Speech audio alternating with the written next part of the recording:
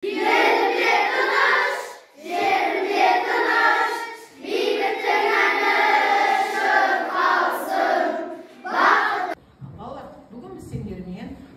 сөздерді ажыратамыз, қос сөздерді, біріккен сөздерді және бүгінгі сабағымыздағы қысқарған сөздерді оға құштасынып деген әдіс бойынша бүткіл сабақтың барлығын осылай жүргіземіз. Енді бұл жерде балалар кім әр тапсырмаға дұрыс орындаса және өте сондай жоғары деңгейде орындаса, олар өз топтарына бір кітаптан қоржынымызға қосып отырамыз. Және де сендердің алдыңдарында бағалау парақтары бар. Ол бойынша әркім өзінің жинаған ұпайын соған жазып отырады. Демек, топпен кітап жинаймыз, әркім өзіне бал жинайды, ұпай жинайды. Түсінікті ме? Бүгінгі жоғары ұпай сыныпта сабақтағы 10 ұпай болады. Алдымен біз кестені толтыруымыз керек еді. Кестені толтыруымыз керек еді. Одан кейін сол кестедегі сөздерді байланыстырып, төртте сөйлем жазуымыз керек. Енді біз үй тапсырмасын бір сөйлем әдісімен тексереміз. Өздеріне ұнаған ішіндегі бір сөйлем болуы. Жарайды ма? Кез келген алып тастайық. Төртінші сыныбы тып-тыныш отырады. Керемет, өте жақсы. Бұл жерде қос сөздер тып-тыныш. Керемет, өте жақсы. Келесі, тез. Мен досымды мектепте жалықты. Бұл жерде қос сөз текте. Керемет. Жайна болады. Менің ішінен өпірген. Бұл жерде қос сөз өпірген. Дұрыс. Қазақстанда сөздер ата-бабамыздан қалған. Бұл жерде қос сөздер ата-бабамыздан. Керемет, қандай әдемі. Мен мектепке бардым. Тыңдап отырыңдар. Асханаға кезек-кезек кірдім. Бұл жерде қос сөз кезек-кезек. Керемет. Мектепке кезек-кезек кіріп жатыр. Бұл жерде қос сөз кезек-кезек. Тамаша. Қарлығаштар үстінен қақ-қақ етіп кетіп қалды. Бірақ балалар қараңдар, дұрыс айтты ма? Қарлығаштар үстімізден қақ-қақ деп өтті дейді. Қарлығаш деген орнына қарғалар безі болады. Болады. Керемет, өте жақсы. Қарлығаштар қарқылдамайды. Біздің үй өте тап-таза. Дұрыс. Қос сөз. Бізді тап-таза. Дұрыс. Ата-баба аңсаған тып-тыныш кез келді. Бұл жерде қос сөз ата-баба. Қандай әдемі сөйлем құрастырды балалар. Ата-бабам аңсаған тып-тыныш кез келді. Оқи ғой. Кең байтақ жерде бізге ата-бабаларымыз мұра етті. Бұл жерде қос сөз ата-бабамыз. Керемет. Бұған енді келесі біздің тапсырмамыз бір сөйлем. Мінекей балалар, ата-баба кезек-кезек таулар кепте осы сөздердің барлығын сендер қолданыңдар. Енді келесі осы тапсырманы сендер оларды арасында қалай жақсы түсінгендеріңді мынау сәйкестендіріп тест береді. Бұл жұптық жұмыс болады. Сәйкес біріккен сөздер мен қос сөздерді шатастырмай бір бағанда балалар күрделі сөздер жазылған, екінші бағанда соларды ережесі тұр. Сол сөздермен сәйкестендіресің. Екеу ара. Сендерде тоқтайды. Болмаса қазір үшеу ара болады. Тоқтайды қазір. Бермесін ба саған балалар? Екеу ара болды ма? Жетті ма?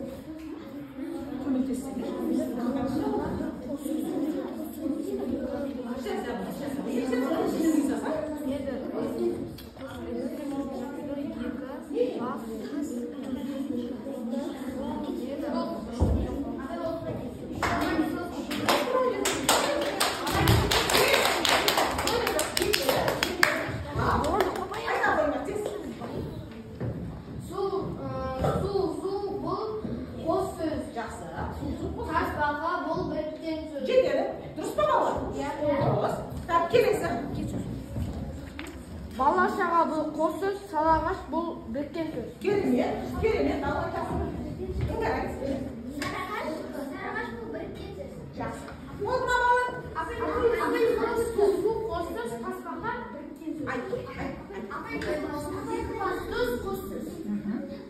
Екі бас түз, бала, екі бас түз қос сөз дейді.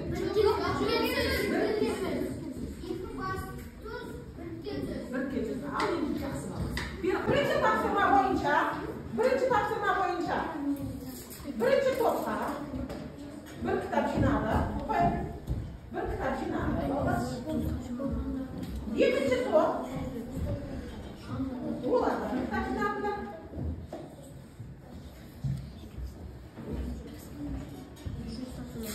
Бірінші сөзді тіркесінен тұратын атаулардың қысқарған нұсқаларын табайық.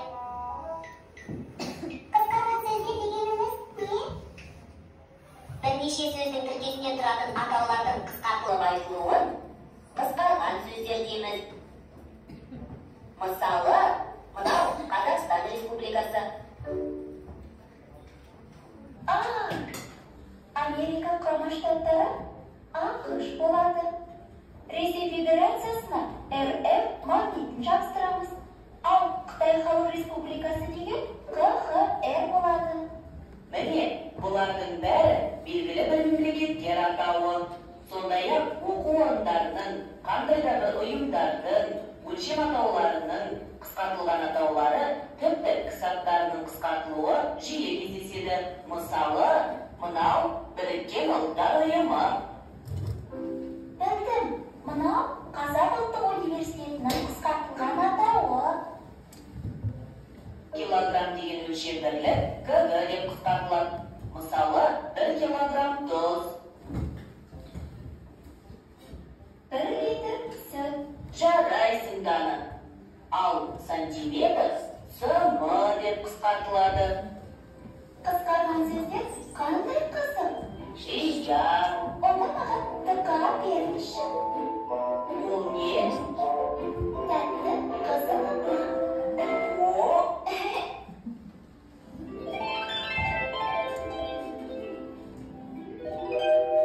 Қайталайық.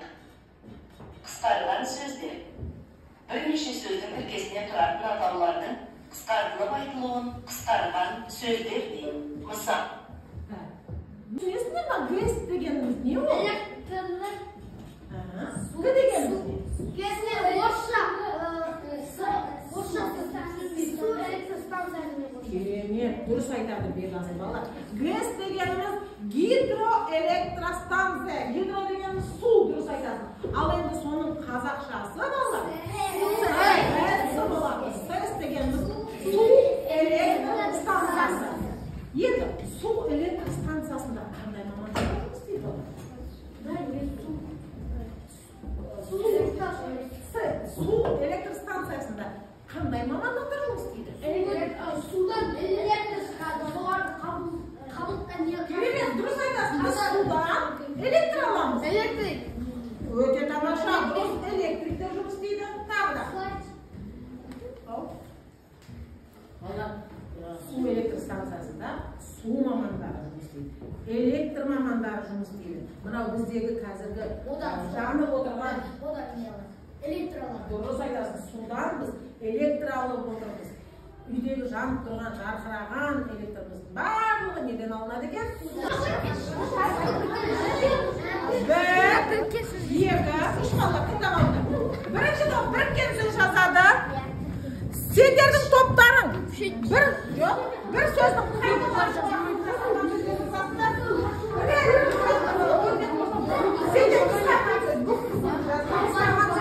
ал сендер күшейтпеш оларды шыға салған